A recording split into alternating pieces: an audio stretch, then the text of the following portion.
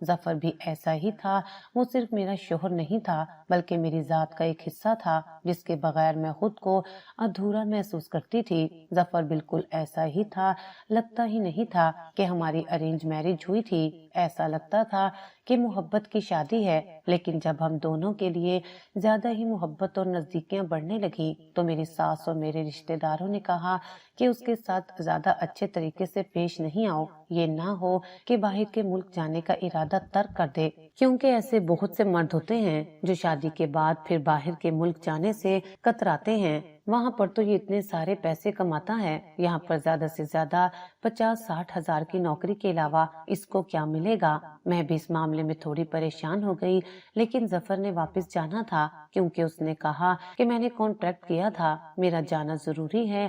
جب وہ گیا تو بڑے بھاری دل سے گیا تھا، لیکن میں نے اسے تسلی دی کہ سب ٹھیک ہو جائے گا۔ مجھے سب نے یہی سمجھایا کہ جن عورتوں کے شوہر باہر کے ملک کام کرنے کے لیے جاتے ہیں ان کو بڑا مضبوط ہونا پڑتا ہے، تو وہ اپنے شوہر کو بار بار فون کر کے یہ نہ کہنا کہ تمہاری یاد آ رہی ہے۔ تھوڑی دیر کے لیے میں بھی پریشان ہوئی کہ یاد تو آئے گی، اور تھوڑے عرصے تک یاد آئی بھی، لیکن جیسے ہی پہلی تاریخ آئی اور میرے شوہر نے اپنی کمائی بھیجی تو یاد آنا تو جیسے بند ہی ہو گیا تھا۔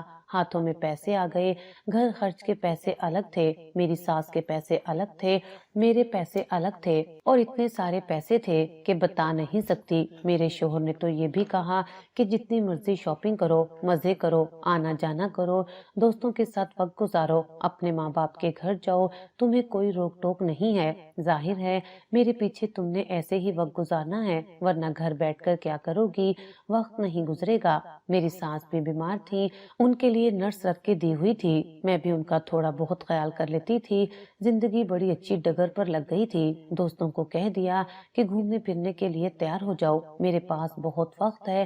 کچھ ایسی دوست تھیں جن کی شادی نہیں ہوئی تھی، اس لیے ان کے پاس بھی وقت تھا، پیسے میرے ہوتے تھے، موج مستی ہم سب کرتے تھے۔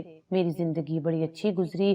2 سال بعد میرے شوہر نے چکر لگایا، اللہ نے اولاد کی نعمت سے نوازا، ایک بیٹی پیدا ہوئی۔ بیٹی کے بھی بہت جتن کیے، ہر طرح کے کھلونے، کپڑے، چیزیں، جھولے، پتہ نہیں کیا کچھ نہیں لیا۔ میں بہت خوش تھی۔ میرا شوہر ہر 2 سال بعد 1 مہینے کے لیے آتا تھا، اور وہ 1 مہینہ بھی بہت اچھا گزرتا تھا۔ وقت گزرنے لگا، میری ساس اس دنیا سے چلی گئی، میری بیٹی بھی بڑی ہونے لگی، میرے بھی ہاؤ بھاؤ بدلنے لگے۔ جیسے جیسے اور زیادہ پیسے آنے لگے ویسے ویسے گھر میں سہولتیں آنے لگی۔ بڑا گھر لے لیا، گاڑی لے لی، ڈرائیور رکھ لیا، کسی چیز کی کمی نہیں تھی۔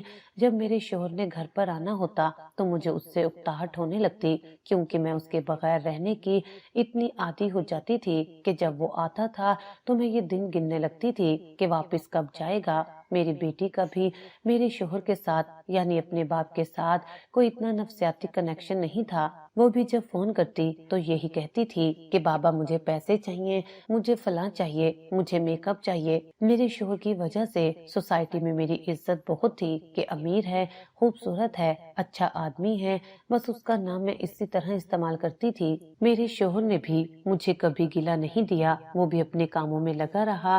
وقت کے ساتھ ساتھ میری بیٹی جوان ہونے لگی، شوہر نے 2 سال میں بھی آنا بند کر دیا۔ وہ 2-2.5 سال، 3-4 سال بعد ایک چکر لگا لیتا تھا۔ میری بیٹی سائمہ جوان ہوئی تو بہت ہی زیادہ خوبصورت بنی، وہ بھی عیاشی کرتی، اس کے ہاتھ میں بھی پیسے ہوتے تھے، اور کیا چاہیے تھا۔ اس نے پارٹیز میں جانا شروع کیا، ادھر میں بھی پارٹیز میں جاتی، بولڈ کپڑے پہنتی، میک اپ کرواتی، پارلر سے تیار ہوتی، ہاتھوں پیروں کی رگڑوائی کرواتی رہتی۔ ہماری زندگی بہت اچھی تھی۔ پھر ایک دن شوہر نے کہا کہ میں واپس آ رہا ہوں۔ یہ سن کر تو جیسے دل بیٹھ گیا، کیونکہ وہ ہمیشہ کے لیے واپس آ رہا تھا۔ اب اس کو یہ تو نہیں کہہ سکتے تھے کہ تم واپس نہیں آؤ، اس کا اپنا گھر تھا، وہ واپس تو آ گیا، لیکن اب اس نے آتے ہی پابندیاں لگانا شروع کر دی۔ وہ کہنے لگا کہ صبح صبح اٹھو، میرے لیے وقت پر ناشتہ بناؤ، ساری زندگی میں نے ہوٹلوں سے ناشتے کھا کھا کر گزار دی، اب میں تمہارے ہاتھ کا ناشتہ کھانا چاہتا ہوں۔ اسے پاکستانی کھانوں کا بہت شوق تھا، کبھی کہتا میرے لیے پراٹھے بناؤ، میرے لیے نہاری بناؤ، میرے لیے حلیم بناؤ۔ اب پورے 18 سال بعد واپس آیا تھا، اب اپنے پرانے رشتہ داروں کے گھر جانا شروع کر دیا، جو بھی زندہ تھے اس کے گھر میں مجھے لے کر گیا۔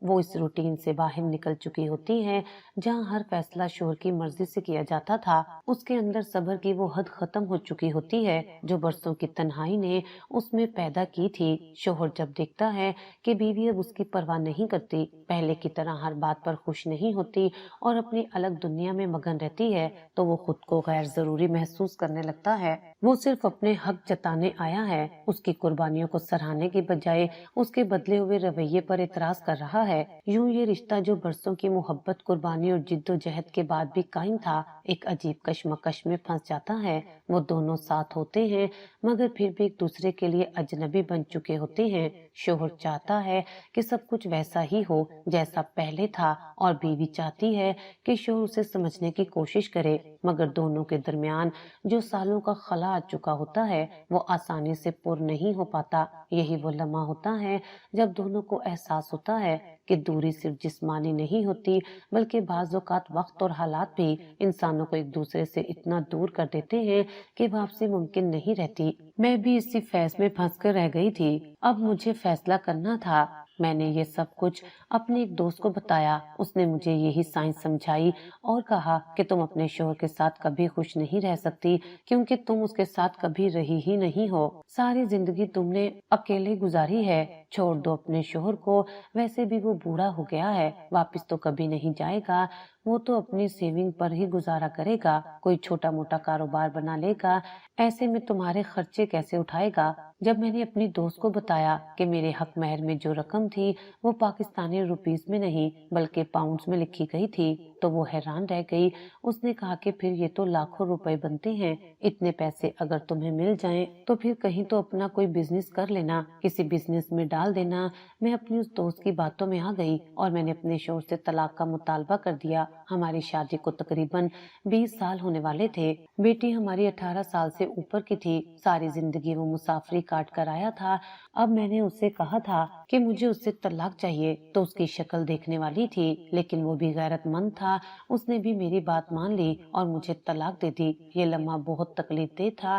ظفر کی آنکھوں میں حیرانی تھی، جیسے وہ اس جواب کی توقع نہیں کر رہا تھا۔ اس نے ہمیشہ یہی سوچا تھا کہ وہ مجھے ایک اچھی زندگی دے رہا ہے، مالی طور پر مضبوط بنا رہا ہے اور میرے لیے ہر وہ آسائش مہیا کر رہا ہے جو ایک عورت کی خواہش ہو سکتی ہے، مگر وہ یہ نہیں سمجھ سکا کہ رشتہ صرف پیسوں سے نہیں چلتا بلکہ جذبات، وقت اور ساتھ سے بنتا ہے۔ میں نے اس کی طرف دیکھا مگر اس کی آنکھوں میں اب وہ محبت نہیں تھی جو کبھی ہوا کرتی تھی۔ شاید وہ سوچ رہا تھا کہ اس کی بیوی جسے وہ ساری دنیا کی نعمتیں دینا چاہتا تھا وہی آج اس سے جدا ہونے کی خواہش کر رہی تھی۔ میں نے اسے صاف لفظوں میں بتا دیا کہ میں اس کے ساتھ نہیں رہنا چاہتی، نہ اس لیے کہ وہ برا آدمی تھا، نہ اس لیے کہ اس نے میرے ساتھ کوئی زیادتی کی تھی، بلکہ صرف اس لیے کہ وہ میری زندگی میں موجود ہوتے ہوئے بھی نہیں تھا۔ یہ سالوں کی دوری کا نتیجہ تھا۔ وہ باہر تھا اور میں یہاں تنہا تھی۔ میں نے خود کو اس زندگی کے مطابق ڈھال لیا تھا جہاں شوہر کی عدم موجودگی میرا معمول بن چکی تھی۔ میں نے ہر فیصلہ خود کیا، ہر پریشانی کا سامنا خود کیا اور ہر خوشی اکیلے جینی سیکھی۔ اب جب وہ لوٹا تو وہ ایک اجنبی کی طرح تھا۔ ہم دونوں کے درمیان کوئی جذباتی ہم آہنگی باقی نہیں رہی تھی۔ میں اس کے بغیر جینا سیکھ چکی تھی اور اب اس کے ساتھ رہنا میرے لیے ایک بوجھ بن گیا تھا۔ ظفر نے بہت کچھ کہنا چاہا مگر شاید الفاظ اس کا ساتھ نہیں دے رہے تھے۔ اس نے ہمیشہ یہی سوچا کہ شوہر کا فرض صرف کما کر دینا ہوتا ہے، مگر وہ یہ سمجھنے میں ناکام رہا کہ بیوی کو شوہر کا ساتھ بھی چاہیے۔ وہ وقت مانگتی ہے، محبت مانگتی ہے اور سب سے بڑھ کر یہ کہ وہ یہ محسوس کرنا چاہتی ہے کہ وہ محض ایک ذمہ داری نہیں بلکہ ایک مکمل انسان ہے جس کے احساسات بھی ہیں۔ یہی وجہ تھی کہ آج جب وہ میرے ساتھ کھڑا تھا میں نے فیصلہ کر لیا تھا کہ اب مزید سمجھوتا نہیں کروں گی۔ میں نے اسے دھوکہ نہیں دیا تھا، میں نے بس اپنی زندگی کا ایک ایسا رخ چنا تھا جہاں میں خود کو مزید تنہا محسوس نہ کروں۔ شاید اس لیے اسے اندازہ ہوا ہوگا کہ رشتہ صرف نان نفقہ دینے سے نہیں بلکہ ایک ساتھ جینے سے بنتا ہے، مگر اب بہت دیر ہو چکی تھی۔ میری اور ظفر کی راہیں الگ ہو گئی تھیں۔ میری بیٹی نے بھی میرے ساتھ جانے کا فیصلہ لیا۔ ہم دونوں فی الحال کے لیے ایک کرائے کے بنگلے میں سیٹ ہو گئے کیونکہ ظفر نے میرا حق مہر بھی دے دیا تھا جو کہ پاؤنڈز میں تھا۔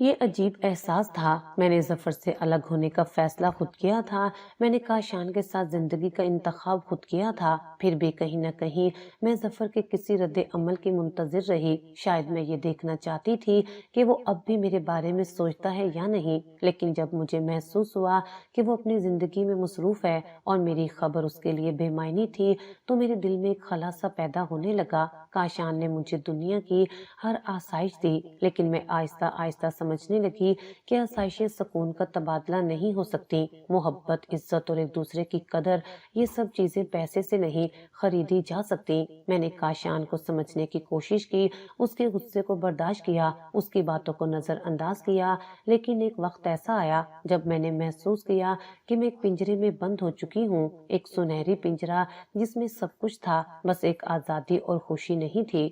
اب میں سوچنے لگی تھی کہ آیا میں نے واقعی اپنی زندگی کا صحیح فیصلہ کیا تھا یا نہیں؟ کیا واقعی پیسہ سب کچھ تھا یا پھر رشتے میں موجود جذباتی ہم آہنگی زیادہ اہم تھی؟ میرے دل میں سوالات اٹھنے لگے، مگر ان سوالات کا جواب شاید میرے پاس نہیں تھا، یا شاید میں انہیں تسلیم کرنا نہیں چاہتی تھی۔ ایک دن میری بیٹی سائمہ میرے پاس آئی اور مجھے دیکھ کر تھوڑی پریشان اور ڈری ہوئی لگ رہی تھی۔ وہ معمول سے مختلف نظر آ رہی تھی۔ میں نے فوراً کہا، کیا بات ہے؟ تم اتنی پریشان کیوں ہو؟ اس نے کچھ دیر خاموشی اختیار کی اور پھر دھیرے سے کہا، ماما مجھے آپ سے کچھ ضروری بات کرنی ہے۔ وہ بولتے بولتے رک گئی، جیسے وہ کسی بات کو کہنا نہیں چاہتی تھی یا پھر وہ کچھ بتانے میں ہچکچا رہی تھی۔ میں نے اس سے کہا، سائمہ تم کیا کہنا چاہتی ہو؟ کیا ہے بولو، مجھے بتاؤ۔ سائمہ نے گہری سانس لی اور پھر کہا، کچھ نہیں ماما، لیکن میں سمجھ گئی تھی کہ کچھ ہے جو وہ مجھ سے چھپانے کی کوشش کر رہی تھی۔ پھر تھوڑی دیر بعد کاشان آیا۔ آج پہلی تاریخ تھی اور وہ ہمیشہ کی طرح ہمیں اچھے طریقے سے خوش رکھنے کی کوشش کر رہا تھا۔ وہ جانتا تھا کہ جب وہ خوش ہوتا ہے تو ہماری زندگی بھی خوشگوار ہو جاتی ہے۔ اس نے ہمیں خرچہ دینے کے لیے چیک دیا، 5 لاکھ کا چیک میرے ہاتھ میں رکھا اور 10 لاکھ کا چیک سائمہ کے ہاتھ میں پکڑایا۔ وہ ہنس کر بولا، لو مزے کرو، آج کا دن تمہارا ہے، کچھ اور چاہیے؟ کاشان کا موڈ آج بہت اچھا تھا اور جب وہ خوش ہوتا تھا تو دنیا کی ساری چیزیں ہمارے قدموں میں ہوتی تھی۔ وہ ہر چھوٹی بڑی خواہش پوری کرتا اور ہم دونوں اس کے ساتھ خوش رہتے تھے۔ میں نے اس سے کہا، مجھے ایک نئی گاڑی بھی چاہیے، تو کیا تم مجھے ایک دلا سکتے ہو؟ اس پر کاشان نے جواب دیا، ارے ایک تو کیا 2 گاڑیاں دلا دوں گا، ایک تمہیں اور ایک سائمہ کو۔ سائمہ کا موڈ پہلے تھوڑا خراب تھا، لیکن گاڑی کی بات سن کر وہ بھی خوش ہو گئی، اس کا چہرہ خوشی سے چمک اٹھا۔ کاشان کے ساتھ جب وہ خوش ہوتا تھا تو ہم سب کچھ بھول کر اس کے ساتھ خوش ہو جاتے تھے۔ اس نے جو کچھ بھی کہا وہ ہمیشہ ہم دونوں کے لیے تھا، اور یہ حقیقت بھی تھی کہ جب وہ خوش ہوتا تو ساری دنیا ہمیں نظر آتی تھی اور ہم اپنے آپ کو خوش قسمت سمجھتے تھے۔ لیکن میں جانتی تھی کہ سائمہ کچھ کہنا چاہتی تھی، لیکن شاید وہ ڈر رہی تھی کہ کہیں اس کی باتیں کاشان کے مزاج پر اثر نہ ڈالیں۔ وہ ہمیشہ اپنی ماں کی طرح چپ رہتی تھی جب تک کہ کچھ ایسا نہ ہو جو اسے بہت زیادہ تنگ کرے۔ اس دن کاشان کے موڈ کے اچھے ہونے کے باوجود سائمہ مجھ سے کچھ کہنا چاہتی تھی، لیکن وہ خاموش رہی۔ میں نے پھر بھی یہ محسوس کیا کہ اس کی نظریں کچھ کہہ رہی تھی، جیسے وہ کچھ کہنا چاہتی تھی جو وہ نہیں کہہ پائی۔ ایک دن مجھے میرے پرانے شوہر ظفر کی ایک رشتہ دار مل گئی۔ وہ باتوں باتوں میں مجھ سے خبریں لینے لگی، جیسے وہ میری زندگی کی ہر چھوٹی سے چھوٹی بات جاننا چاہتی تھی۔ اس نے مجھ سے کہا، تم نے دوسری شادی کر لی اور اپنی جوان بیٹی کو ایک نامحرم کے ساتھ رکھا ہوا ہے۔ میں نے اس سے بیزاری کے ساتھ جواب دیا، نامحرم کیا، شوہر ہے میرا اور وہ بہت اچھا انسان ہے، برا نہیں ہے۔ جو لوگ دولت کے نشے میں ہوتے ہیں وہ غریبوں کی طرح چھپ کر اور غیر اخلاقی حرکتیں نہیں کرتے۔ ویسے بھی اب آپ کے رشتہ دار کے ساتھ میرا کوئی رشتہ نہیں ہے، تو آپ کس رشتے کے تحت سوال جواب کر رہی ہیں؟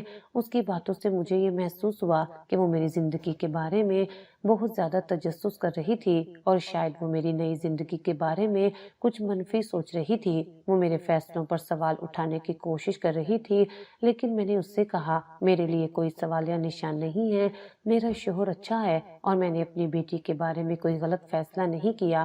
اس نے اس بات کا کوئی جواب نہیں دیا اور پھر کہنے لگی، سمیہ تم بالکل پاگل ہو گئی ہو، دولت کے نشے نے تمہیں اتنا پاگل کر دیا ہے کہ تمہیں یہ نہیں سمجھ آ رہا کہ تم نے اپنی جوان اور خوبصورت بیٹی کو ایک نامحرم کے ساتھ رکھا ہوا ہے۔ میں نے اس کی باتوں کو نظر انداز کیا اور کہا اگر میں اپنی زندگی میں خوش ہوں تو یہ میری مرضی ہے اور میرا شوہر اور بیٹی بھی خوش ہیں۔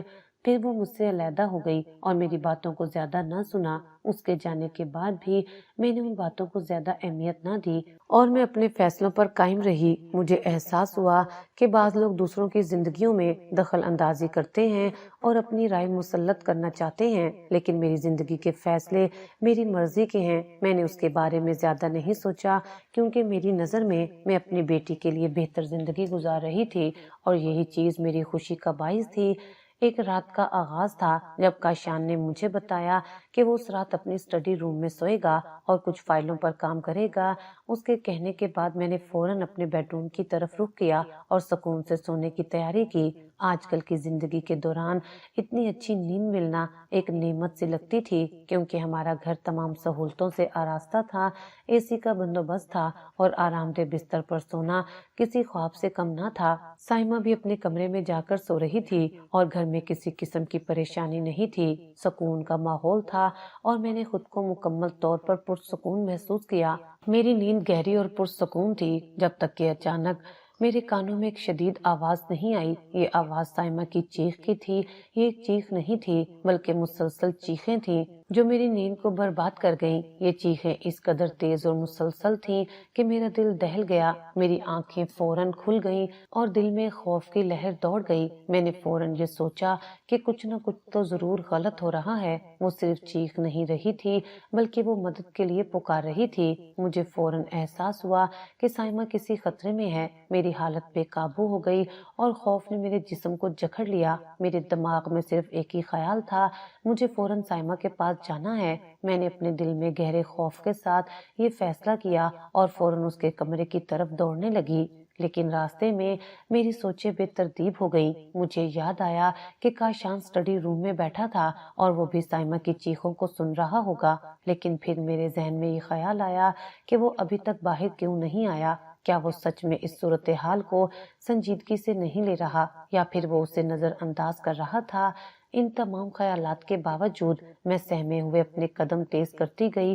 میں اس وقت یہ نہیں سوچ پائی کہ مجھے کاشان کو آواز دے کر مدد مانگنی چاہیے تھی کیونکہ وہ مرد تھا اور مردوں میں زیادہ طاقت ہوتی ہے، مگر اس وقت میری نظریں صرف اپنے بیٹے کے کمرے پر مذکور تھیں۔ میرے قدم تیز ہو گئے اور دل کی دھڑکن تیز ہو گئی۔ جب تک میں سائمہ کے کمرے تک پہنچی مجھے یہ تک یاد نہیں رہا کہ کاشان کہاں ہے یا وہ کس حالت میں ہے۔ مجھے بس اتنی فکر تھی کہ سائمہ کے ساتھ کچھ برا نہ ہو جائے۔ خوف اور بے چینی کی حالت میں نے دروازہ کھولا اور فوراً اندر کی طرف قدم بڑھایا۔ سائمہ کا کمرہ اندھیرے میں ڈوبا ہوا تھا اور روشنی کا کوئی ذریعہ نہیں تھا، لیکن اس کی حالت واضح تھی۔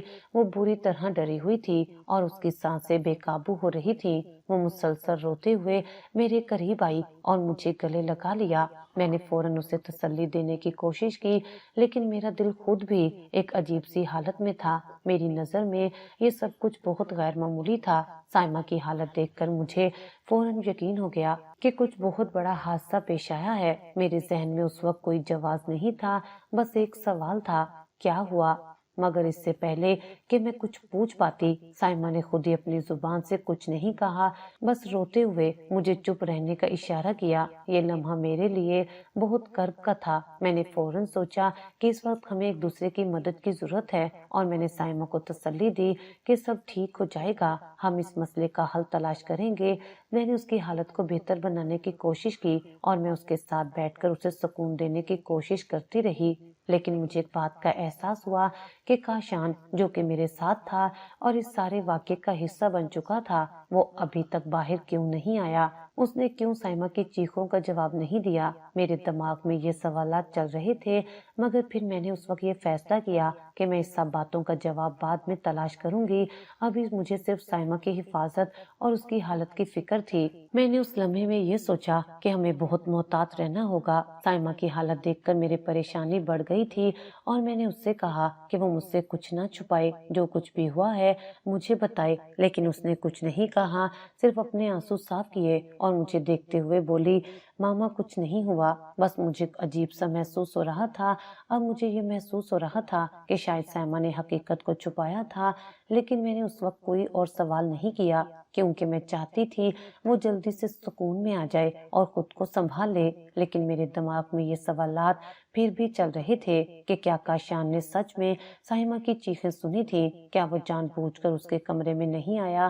اور کیا اس کے ساتھ کچھ ہو رہا تھا جسے میں نہیں دیکھ پائی؟ ان سب سوالات کے جواب اس وقت میرے پاس نہیں تھے اور میں نے فیصلہ کیا کہ بعد میں ان پر سوچوں گی۔ اس وقت میں صرف اپنی بیٹی کی حالت کے بارے میں سوچنا چاہتی تھی۔ جب میں سائمہ کے کمرے میں گئی تو یہ دیکھ کر حیران رہ گئی کہ کاشان تو وہیں پر تھا، لیکن وہ مدد کرنے نہیں آیا تھا بلکہ یہ سب کچھ وہی کر رہا تھا۔ وہ میری بیٹی کے ساتھ کچھ غلط کرنے والا تھا۔ اس عورت کی بات سچ ہو گئی تھی۔ میں نے اپنی بیٹی کو نامحرم کے ساتھ رکھا تھا تو یہ سب تو ہونا ہی تھا۔ میں نے فوراً کاشان کو پیچھے سے دھکا دیا اور اپنی بیٹی کو لے کر باہر نکلی اور اسے کمرے میں بند کر دیا۔ وہ کسی پاگل جانور کی طرح دروازے پر ہاتھ مار رہا تھا۔ میں نے پولیس کو فون کر دیا اور سب کچھ بتا دیا۔ انہوں نے ہمیں محفوظ مقام پر شفٹ کیا جہاں پر میں اپنی بیٹی کو لے کر بیٹھی تھی۔ میں نے ظفر کو کال کی۔ اب وہ ایک وہی تھا جو مدد کر سکتا تھا، میرے لیے نہیں، اپنی بیٹی کے لیے۔ وہ فوراً بھاگا چلا آیا، ہمیں اپنے گھر بھی لے کر گیا، میری بیٹی کا خیال کیا۔ میں نے اس کو سب کچھ بتا دیا۔ وہ کہنے لگا کہ یہ تو تمہیں پہلے سوچنا چاہیے تھا نا سیما۔ میں کیا کہہ سکتا ہوں، بس یہ شکر کرو کہ اللہ نے ہماری عزت رکھ لی۔ میں اب کاشان کے ساتھ نہیں رہنا چاہتی تھی۔ اس کی تمام تر محبت اور خوشیوں کے جھوٹے دعوے اب میرے لیے بے معنی ہو گئے تھے۔ وہ صرف ایک شخص تھا جس نے میری زندگی کو محض اپنی خواہشات اور کمزوریوں کی وجہ سے برباد کیا تھا۔ وہ میری بیٹی سائمہ کے لیے ایک نامحرم تھا اور اس نے ہمیں اس بے وفائی کے بدلے میں پیسوں سے لالچ دی تھی۔ اس کی نیت پہلے ہی بری تھی اور جب اسے احساس ہوا کہ میں نے اس کے تمام لچھن سمجھ لیے ہیں تو وہ ہمیں پیسوں کا لالچ دینے کے باوجود سچ میں ہمارے ساتھ نہیں تھا۔ یہی وجہ تھی کہ میں نے اس سے خلا کا کیس کر دیا۔ وہ میرے سامنے شکست کھا گیا۔ اس کی ساری حقیقت ایک جھوٹ کی طرح بے نقاب ہو گئی تھی اور میں نے فیصلہ کیا کہ اب میں اس کے ساتھ نہیں رہنا چاہتی۔ خلا ہونے کے بعد میری زندگی ایک نئی سمت اختیار کر چکی تھی۔ ہم دونوں یعنی میں اور سائمہ ایک چھوٹے سے کرائے کے گھر میں رہنے لگے تھے کیونکہ پیسے کی کمی نے ہمیں شدید پریشانی میں ڈال دیا تھا۔ میرے پاس کوئی راستہ نہیں تھا جو کبھی میرے لیے اتنے پیسوں کی بارش کرتا تھا، اب ہمیں پیسے دینے سے بھی انکار کر چکا تھا۔ یہ بات مجھے بری طرح سے تکلیف دے رہی تھی کہ جب عورت اپنا حق کھو دیتی ہے تو معاشرتی نظام اس کے حق میں کچھ نہیں کرتا۔ مجھے یہ سب سچ میں عجیب اور دردناک لگ رہا تھا۔ جب ایک عورت اپنے شوہر سے علیحدہ ہو جاتی ہے تو اس کی زندگی میں خلا آ جاتا ہے اور وہ خلا بھرنے کا کوئی طریقہ نہیں ہوتا۔ مجھے یاد ہے کہ ایک دن اتنی بدحالی تھی کہ ہمارے گھر میں کھانے کو کچھ نہیں تھا۔ ہم دونوں سائمہ اور میں کئی دنوں سے بھوکے تھے اور کچھ نہ تھا کہ ہم خود کو تسلی دے سکتے۔ اسی دوران ایک دن ظفر ہمارے دروازے پر آیا۔ وہ پہلے مجھے اس بات کے لیے معاف کر چکا تھا اور اب ہم دونوں کے درمیان ایک عجیب نوعیت کا رشتہ تھا۔ اس نے ہمارے گھر راشن اور پانی لے کر بھیجا اور کہا، اولاد ہے میری، میں اس کا خیال نہیں کروں گا تو کون کرے گا؟ اس کی یہ بات مجھے بہت متاثر کر گئی۔ اس کا ہر قدم ہم دونوں کے لیے امید کی کرن بن چکا تھا اور سچ کہوں تو میں نے کبھی سوچا نہیں تھا کہ وہ اس طرح واپس آ کر ہماری زندگیوں میں دوبارہ داخل ہوگا۔ ظفر نے پھر سائمہ کے لیے ایک اچھا رشتہ بھی بتایا۔ سائمہ کی عمر اس وقت شادی کے لیے مناسب ہو چکی تھی اور ہم نے اس کے لیے ایک رشتہ منتخب کر لیا۔ وہ جلدی شادی کے بعد اپنے نئے گھر میں بس گئی اور میں جو پہلے ایک خوشحال زندگی گزار رہی تھی بالکل اکیلی رہ گئی تھی۔ سائمہ کے بعد گھر میں خاموشی چھا گئی تھی اور مجھے ایسا لگنے لگا جیسے میری زندگی کا ایک بڑا حصہ ختم ہو چکا ہو۔ ایک دن ظفر نے مجھے پھر سے ایک پیشکش کی۔ اس نے مجھ سے کہا، مجھ سے دوبارہ شادی کر لو، میں تمہارے بغیر نہیں رہ سکتا۔ اس کی باتوں میں اتنی سچائی تھی اور اس کی آنکھوں میں وہ محبت اور وفاداری تھی جو میں نے کبھی اس میں نہیں دیکھی تھی۔ جب ہم ایک دوسرے سے علیحدگی اختیار کی تھی اس کے بعد میرے دل میں بہت سے سوالات تھے اور شاید کچھ غصہ بھی تھا، لیکن اس وقت اس کے الفاظ نے مجھے رونے پر مجبور کر دیا۔ ظفر نے کہا کہ جب میری شادی کاشان سے ہوئی تھی اور ہم الگ ہو گئے تھے تو اب وہ چاہتا تھا کہ ہم دوبارہ ایک دوسرے کا ساتھ دیں۔ اس نے مجھے وہ موقع دیا جس کا میں نے کبھی خواب نہیں دیکھا تھا۔ اس کے پیشکش کو میں نے اپنی خوش قسمتی سمجھا اور میں نے فوراً ہاں کہہ دیا۔ یہ فیصلہ میرے لیے ایک نیا آغاز تھا۔ میں نے قسم کھا لی کہ اب میں اپنی ساری زندگی ظفر کی خدمت میں گزاروں گی۔ وہ شخص تھا جس نے مجھے دوسری زندگی کا موقع دیا تھا۔ اس کا دل واقعی صاف تھا اور وہ ایسا انسان تھا جس نے اپنی زندگی میں اتنی تکلیف جھیل کر اتنے برسوں بعد میری زندگی میں واپس آ کر مجھے دوبارہ معاف کیا تھا۔ میں نے کبھی نہیں سوچا تھا کہ وہ مجھے اس طرح معاف کرے گا اور ہم ایک دوسرے کا ساتھ دے گا۔ اس کے اس قدم نے مجھے یہ سکھایا کہ زندگی میں انسان جب دوسروں کی مدد کرتا ہے تو وہ خود بھی ایک دن خوش ہو جاتا ہے۔ اب جب میں نے دوبارہ ظفر کے ساتھ زندگی گزارنے کا فیصلہ کیا تھا تو میں نے اپنے آپ سے وعدہ کیا تھا کہ میں ساری زندگی اس کا ساتھ دوں گی، کیونکہ اس نے میری زندگی کو پھر سے بہتر بنایا۔ اگر میں اس کی جگہ ہوتی تو شاید کبھی بھی معاف نہ کر پاتی، مگر وہ واقعی ایک اچھا انسان تھا اور میں اس کی شکر گزار تھی۔ اس کی محبت اور وفاداری نے میرے دل کو سکون بخشا اور اس کے بعد میری زندگی میں دوبارہ امید کا رنگ آیا۔ زندگی کسی کو دوسرا موقع نہیں دیتی اور اگر وہ موقع مل جائے تو وہ واقعی قیمتی تحفہ ہوتا ہے۔ میں نے ہمیشہ یہ سنا تھا کہ زندگی میں جب تک ایک بار آپ سے کچھ غلط نہیں ہوتا تب تک آپ کو اپنی حقیقت کا اندازہ نہیں ہوتا، لیکن جب وہ وقت آیا جب میری زندگی کا دھارا بدلا تو میں نے اس موقع کو اپنے طور پر صحیح طور پر سمجھا۔ مجھے زندگی نے دوسرا موقع دیا، میں نے اس کو اپنی تقدیر کے طور پر قبول کیا۔ یہ صرف میری محنت اور قسمت کا نتیجہ نہیں تھا، بلکہ اس کے پیچھے ان لوگوں کی دعائیں بھی تھیں جنہوں نے میری تکلیف کو سمجھا، مجھے حوصلہ دیا اور میری زندگی کے سنگین لمحات میں میرا ساتھ دیا۔ کسی کے لیے دعائیں کرنا، اس کی زندگی میں روشنی ڈالنا، وہ ایک بہت بڑی چیز ہے۔ شاید یہی وجہ تھی کہ جب میں نے اپنے فیصلے کیے تو مجھے دوسرے لوگوں کے لیے اچھا کرنے کی طاقت ملی۔ یہی زندگی کا سچ ہے کہ انسان کو آپ کے ساتھ ساتھ دوسرے لوگوں کا بھی خیال رکھنا چاہیے۔ انسان ایک اجتماعی مخلوق ہے اور اس کی کامیابی صرف اور صرف اس کی ذاتی محنت پر منحصر نہیں ہوتی، بلکہ اس کے تعلقات اور دوسروں کے معاملات پر بھی انحصار کرتی ہے۔